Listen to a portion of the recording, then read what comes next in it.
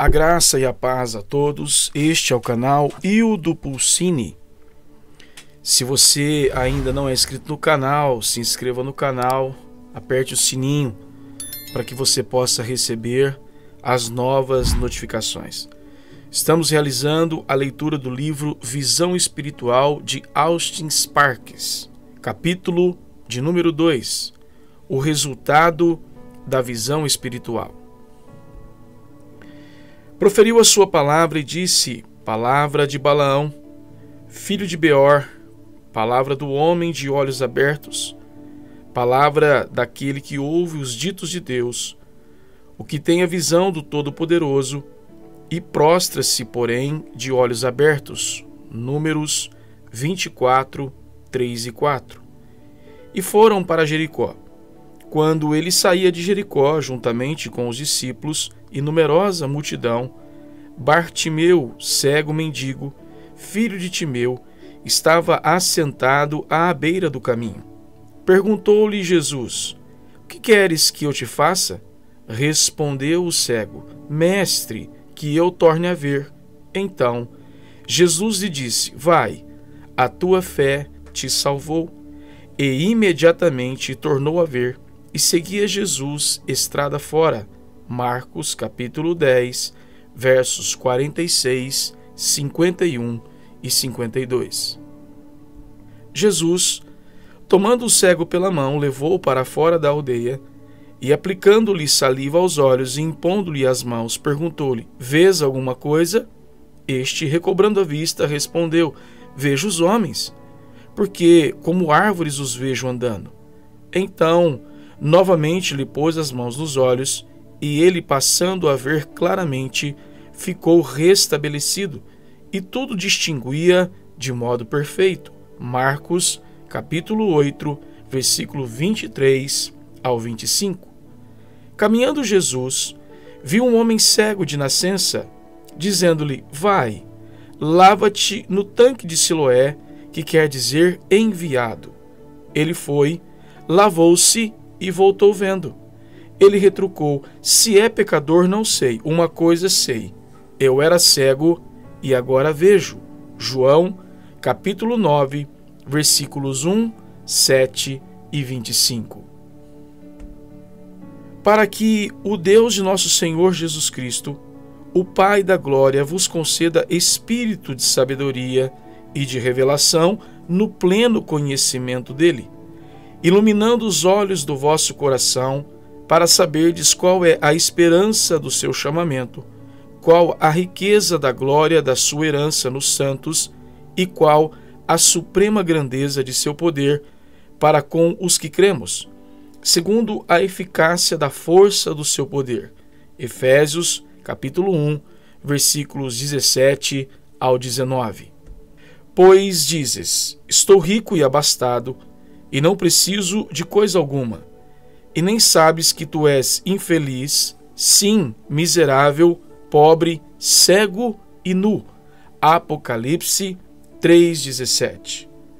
Livrando-te do povo e dos gentios, para os quais eu te envio, para lhes abrir os olhos e os converterdes das trevas para a luz, e da potestade de Satanás para Deus, a fim de que recebam eles remissão de pecados e herança entre os quais são santificados pela fé.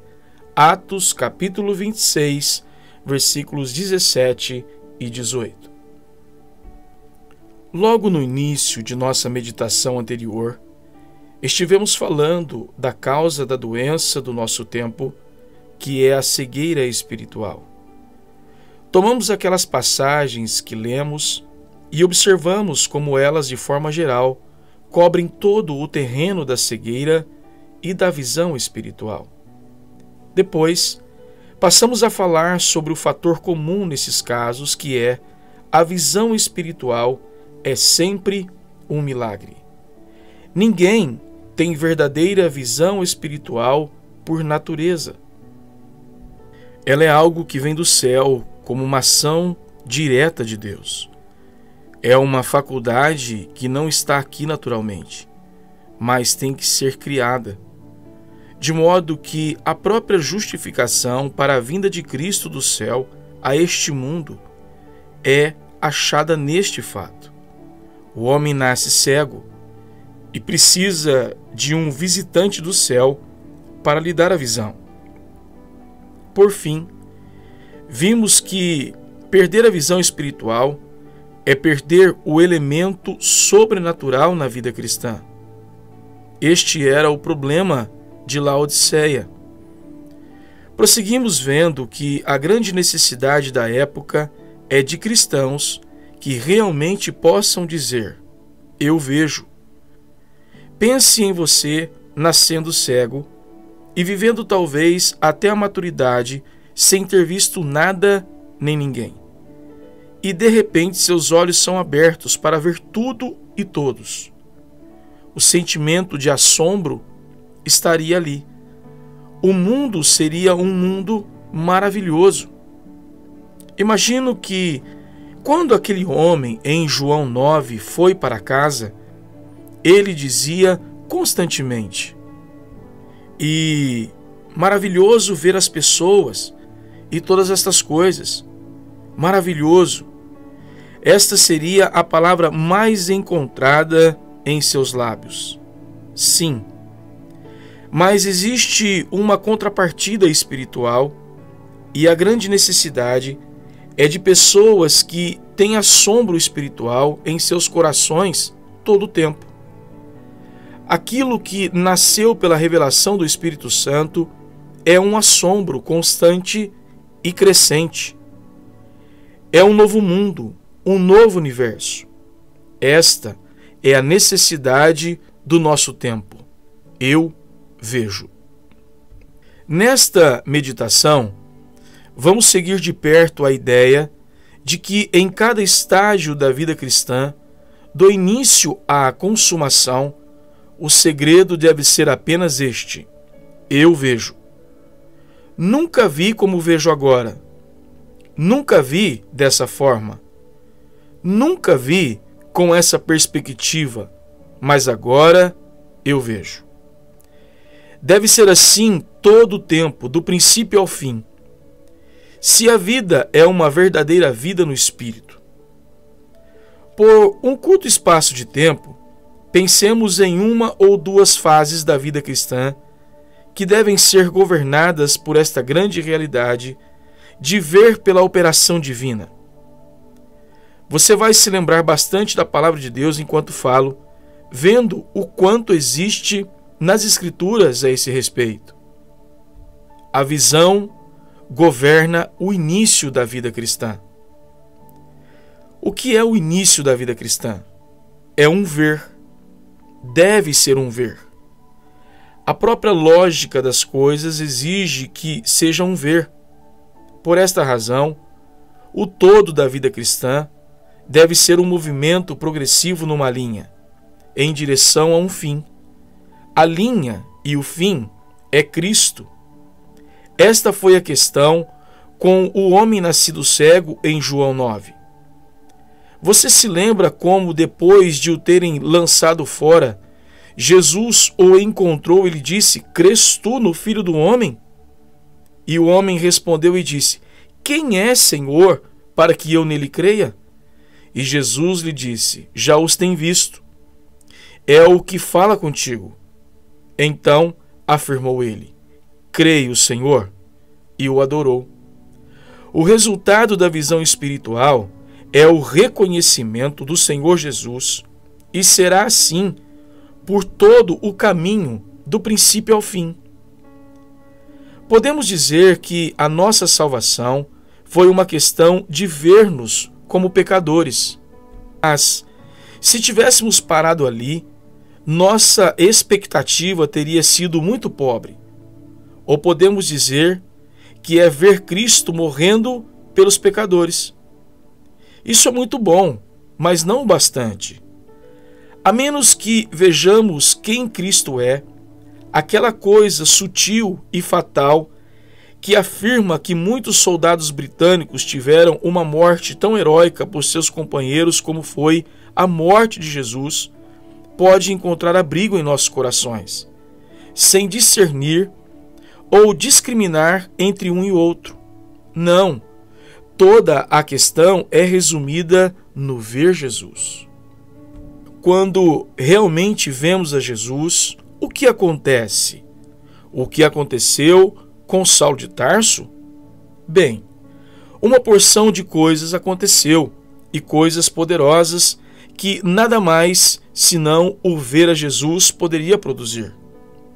Nunca poderíamos persuadir um Saulo de Tarso a tornar cristão, tampouco amedrontá-lo. Não poderíamos convencê-lo por meio de argumentos, nem por meio da emoção a se tornar um cristão. Para tirá-lo do judaísmo, era necessário algo mais do que se poderia encontrar na terra. Mas ele viu Jesus de Nazaré, e isso foi o bastante. Agora, ele está fora. É um homem emancipado. Ele viu. Mais tarde, ele tem que enfrentar a grande dificuldade dos judaizantes que o seguem onde quer que vá, visando perturbar a fé dos seus convertidos para arruinar sua posição em Cristo.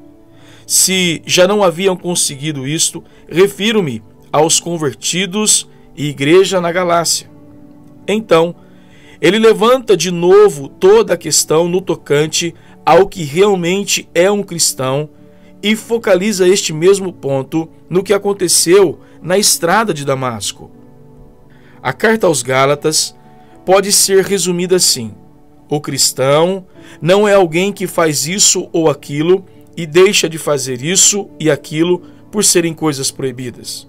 O cristão não é alguém governado pelas coisas exteriores de um modo de vida, uma ordem, um sistema legalístico que diz você deve e você não deve.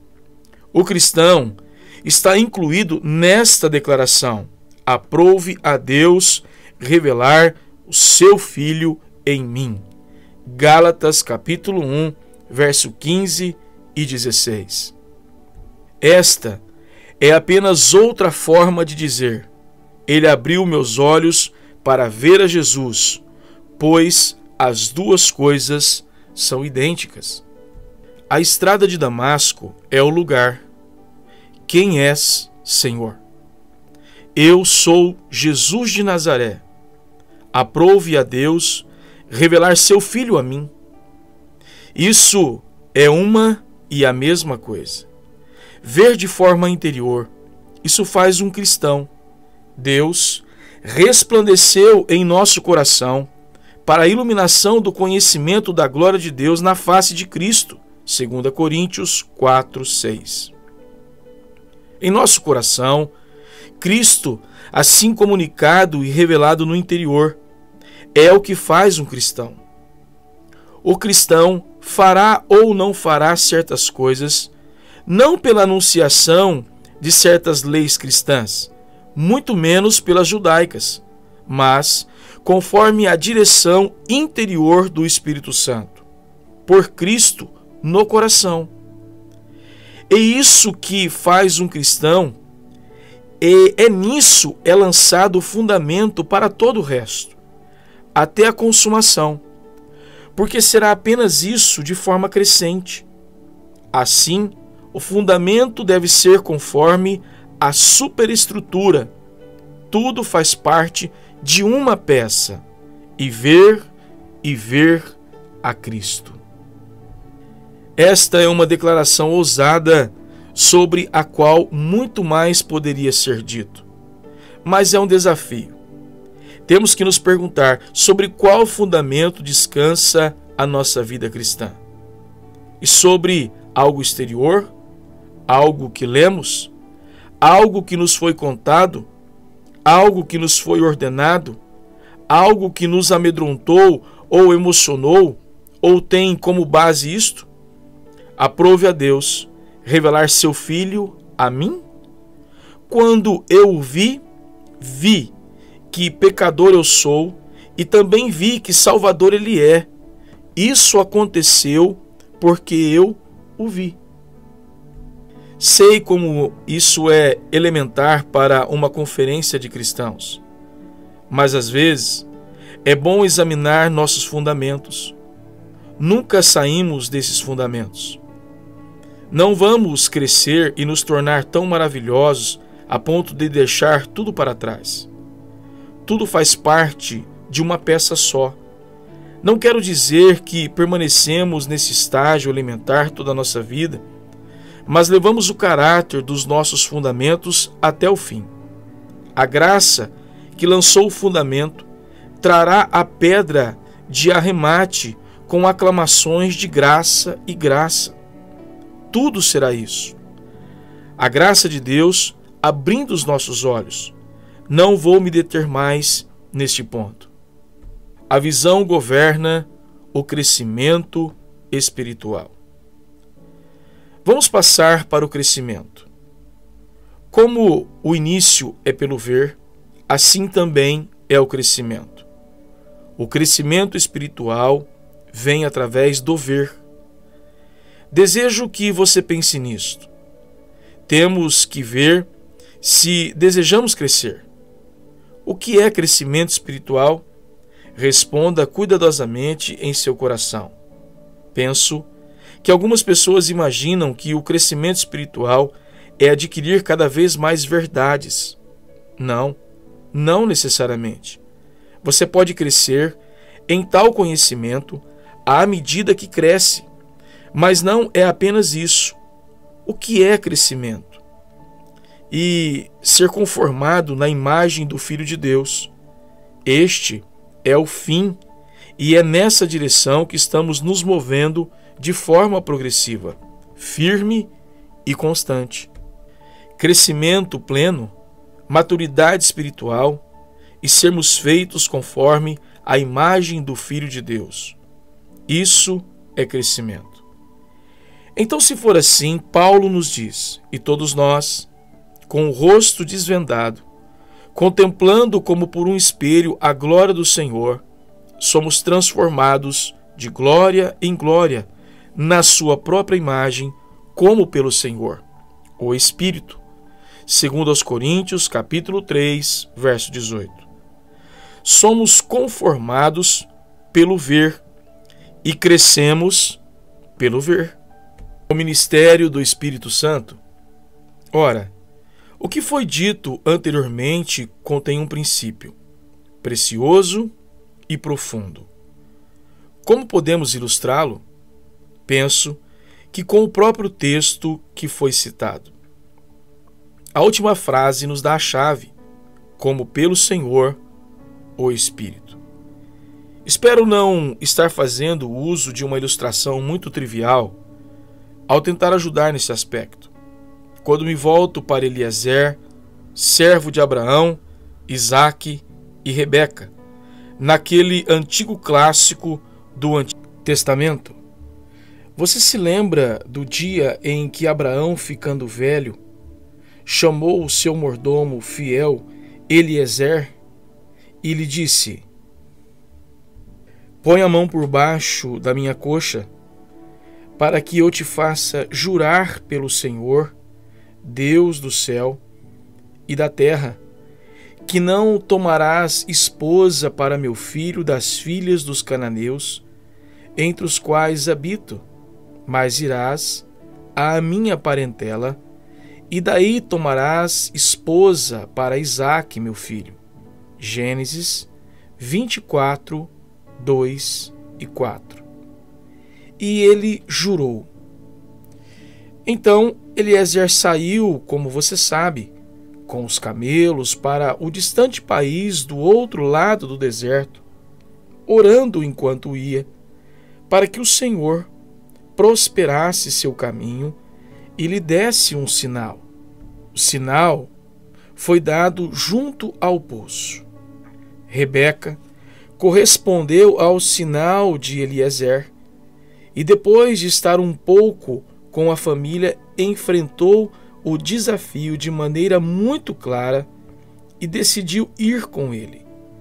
Pelo caminho, ele apresentou os seus tesouros, coisas da casa do seu senhor, coisas do filho do seu senhor, e as mostrou a ela. ocupando-o a todo tempo com o filho do seu senhor e com as coisas que indicavam que filho ele era, quais eram os seus bens e em que tipo de situação ela estava entrando. Isto perdurou por todo o deserto, até alcançarem o outro lado e chegarem à região da casa de Abraão. Isaque estava no campo meditando. Eles levantaram os olhos e viram, e o servo disse: lá está ele, aquele de quem estive lhe falando o tempo todo, o dono de tudo o que estivera lhe mostrando. Lá está ele. E Rebeca desceu do camelo. Você acha que ela se sentiu estranha, como se estivesse vindo de um país distante? Creio que o efeito do ministério de Eliezer foi fazer com que ela se sentisse bem em casa, fazer com que ela se sentisse como se conhecesse o homem com que ia se casar. Ela não sentiu nenhuma estranheza, aflição ou qualquer elemento estranho sobre isto.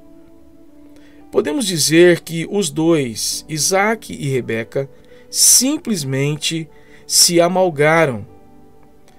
Foi a consumação do processo. Como pelo Senhor, o Espírito, o Senhor Jesus disse: quando vier, porém, o Espírito da verdade, não falará por si mesmo, mas dirá tudo o que tiver ouvido, porque há de receber do que é meu, e vô-lo-á de anunciar. João, capítulo 16, versículos 13 e 14. O Espírito, o servo fiel da casa do Pai, veio através do deserto para encontrar uma noiva para o filho, da sua própria parentela. Sim, existe lugar para assombro aqui. O Espírito veio para adquirir esta noiva agora, que seja uma com ele, sua carne e seu osso. Mas o Espírito deseja estar nos ocupando todo o tempo com o Senhor Jesus, mostrando-nos suas coisas. Com que fim? Para que não sejamos como estranhos quando o encontrarmos, para não sentirmos que somos de um tipo e ele de outro, mas para que seja exatamente assim. Este é o último passo dos muitos anteriores que conduziram a ele, e cada passo tem feito com que esta unidade seja mais perfeita e esta harmonia mais completa. No final, sem qualquer grande crise, simplesmente entremos. Temos prosseguido o tempo todo, e este é o último passo. Isso é conformidade à sua imagem. Isso é crescimento espiritual. Chegar a conhecer o Senhor, tornar-se como Ele, chegando a estar perfeitamente à vontade com Ele, de modo a não haver choque, nem estranheza, nem discórdia e nem distância. União com o nosso Senhor Jesus, sendo aprofundada todo o tempo até a consumação. Isso é crescimento espiritual. Como você vê, é algo interior novamente, e é simplesmente o desenvolvimento daquela iniciação, daquele início. Vimos e estamos vendo, e vendo e vendo. E enquanto estamos vendo, somos transformados. Isso é verdade a respeito de tudo o que você pensa que vê? Temos que fazer um teste de tudo o que pensamos, que vemos e conhecemos, por meio do seu efeito em nossas vidas. Você e eu podemos ter uma quantidade enorme do que pensamos ser conhecimento espiritual. temos todas as doutrinas, todas as verdades, podemos recitar as principais doutrinas evangélicas, mas qual é o resultado? Não é ver.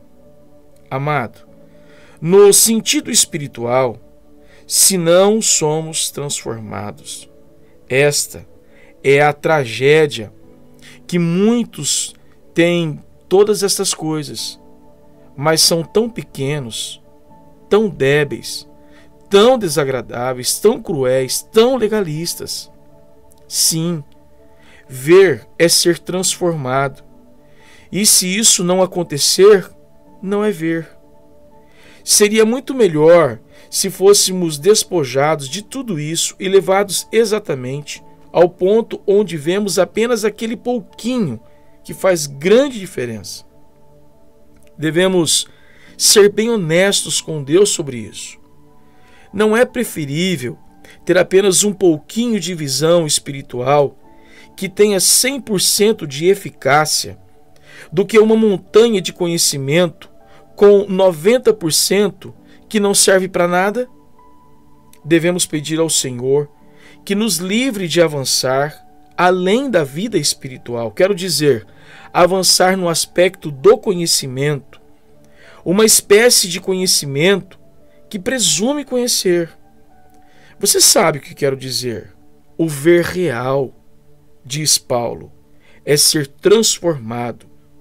E ser transformado é uma questão de ver, como pelo Senhor, o Espírito.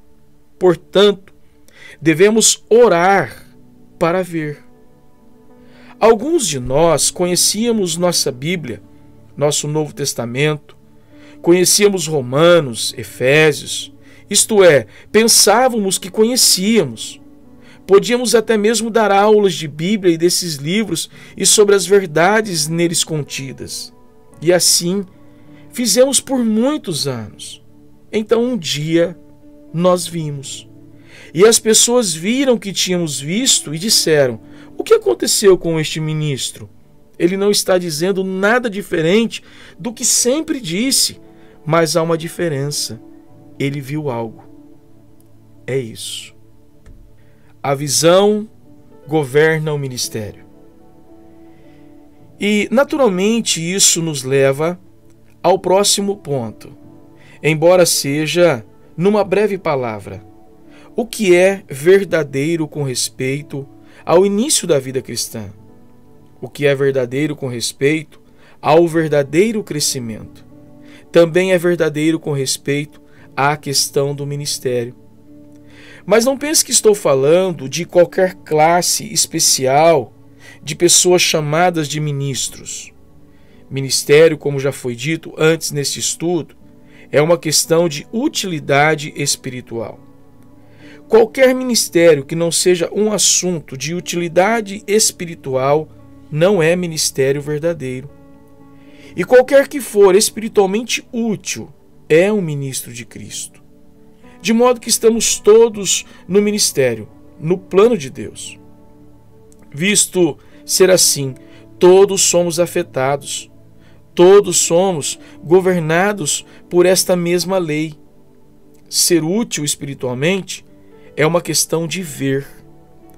Sabemos que a segunda carta aos Coríntios é a que mais trata sobre o ministério do Novo Testamento. Pelo que tendo este ministério, capítulo 4, verso 1. E o que é este ministério? Bem, ele mesmo, Deus, resplandeceu em nosso coração. 4, 6. E do nosso conhecimento que Paulo tem Moisés, o ministro de Deus, no fundo da sua mente enquanto escreve esta parte da sua carta. E por esta designação que conhecemos Moisés, o servo de Deus, e Paulo está se referindo a ele cumprindo seu ministério, seu serviço, lendo a lei e colocando um véu sobre seu rosto por causa da glória que impedia que o povo olhasse para ele. E aquela glória era passageira. Agora Paulo diz, no ministério, a nós confiado. Deus resplandeceu no nosso interior e não precisamos de um véu. Em Cristo o véu é tirado. E o que você deve ver em nós é Cristo. E Cristo deve ser ministrado através de nós, conforme Ele é visto. E nós somos os veículos para manifestar a Cristo. Isso é utilidade espiritual. Isso é ministério, manifestar a Cristo. E temos, porém, este tesouro em vasos de barro, para que a excelência do poder seja de Deus e não de nós. 4:7. Em tudo somos atribulados, e então segue uma lista de coisas que nos rebaixam. Mas, na verdade, ele está dizendo, e Cristo. Se somos rebaixados, perseguidos, menosprezados, abatidos, levando sempre em nosso corpo o morrer do Senhor Jesus, isso é apenas a maneira de Deus manifestar a Cristo. Se somos perseguidos e menosprezados, abatidos, e a graça do Senhor Jesus é suficiente, e você vê a graça do Senhor Jesus sendo manifestada naquele sofrimento e provação, então você diz, este é um Cristo maravilhoso. Você vê a Cristo, e por nosso sofrimento, Cristo é ministrado. Isso é utilidade espiritual. De quem você mais recebeu ajuda? Eu sei quem mais me ajudou. Não foi ninguém no púlpito. Foi alguém que passou por sofrimento intenso e terrível durante muitos anos e em quem a graça de Deus foi suficiente. Eu pude dizer, se eu passar por sofrimento como este, então meu cristianismo será precioso e valerá a pena ter um Cristo como o meu. Isso muito me ajudou e é isso que quero ver. Não pregue para mim, viva, e isso será de maior ajuda para mim. E realmente, uma inspiração para mim, e deveria ser para nós, ver que em nossa provação e adversidade é que os outros podem ver o Senhor e serem mais ajudados. O modo como passamos pela provação é o que mais vai ajudar os outros, muito mais do que aquilo que possamos dizer. Que o Senhor possa nos cobrir quando dizemos algo assim, pois conhecemos nossa fragilidade e como falhamos para com Ele quando estamos debaixo da prova. Mas isso que Paulo está dizendo aqui sobre o ministério. Temos, porém, este tesouro em vasos de barro. Em tudo somos atribulados, perplexos, abatidos, levando sempre no corpo o morrer de Jesus. Mas, com Paulo, o fim de todas as coisas era, e glorificavam a Deus a meu respeito. Gálatas 1:24. O que você quer além disso? Isso é ministério. Se você e eu pudermos dizer que em qualquer ocasião não vivemos em vão, teremos sido de utilidade, se isso puder ser dito. E glorificavam a Deus a meu respeito. Mas o importante é o ver. Nós, para sermos espiritualmente úteis, temos que ver, a fim de que outros possam ter base para ver. Falo desta forma porque podemos ver e passar o que vemos. Podemos ser cartas vivas, mas os outros podem não estar vendo. Mas existe a base para que eles vejam. E se forem honestos de coração e sem preconceitos, realmente abertos para o Senhor, Ele permitirá que vejam aquilo que o Senhor nos revelou e que Ele está buscando revelar através de nós. Ele deve ter cartas vivas, homens e mulheres nos quais ele possa ser lido. Isso é ministério. De modo que o ministério dado e o ministério recebido é tudo uma questão dessa obra divina da graça abrindo nossos olhos. Tudo isso constitui um grande apelo aos nossos corações para buscarmos o Senhor no sentido de termos nossos olhos abertos. Se somos sérios para com o Senhor, nunca é tarde demais para termos visão espiritual, a despeito de quão cegos tenhamos sido e por quanto tempo. Mas não se esqueça de que isso é uma questão de sermos honestos para com Deus. O Senhor Jesus disse uma coisa maravilhosa a Natanael. Ele estava perigosamente perto daquela dupla cegueira, no momento em que se permitiu dar expressão a um preconceito popular. Ele chegou perto da zona de perigo. Ele disse: de Nazaré pode sair alguma coisa boa? Este é um preconceito popular. Um preconceito popular tem impedido que homens e mulheres conheçam os propósitos plenos de Deus. Os preconceitos podem tomar muitas formas. Tenhamos cuidado. Mas Natanael foi salvo. O Senhor Jesus disse: em verdade vos digo, que vereis o céu aberto e anjos de Deus subindo e descendo sobre o Filho do Homem. João 1:51. Quando ele disse vereis, quis dizer no dia do Espírito, como pelo Senhor o Espírito. Natanael iria ver. Ele estava em perigo, mas escapou. Se você está em perigo por causa do seu preconceito, tenha cuidado. Abandone seu preconceito, tenha o coração aberto, seja um israelita em que não haja Jacó sem engano, com o coração aberto ao Senhor, e você verá. Graças a Deus, concluímos aqui o segundo capítulo do livro Visão Espiritual de Austin Sparks, e espero que você esteja sendo abençoado por essa leitura. Este é o canal Hildo Pulcini. Se você ainda não é inscrito no canal, se inscreva no canal, aperte o sininho para que você possa receber as outras notificações. Que Deus te abençoe na poderosa graça do nosso Senhor e Salvador Jesus Cristo.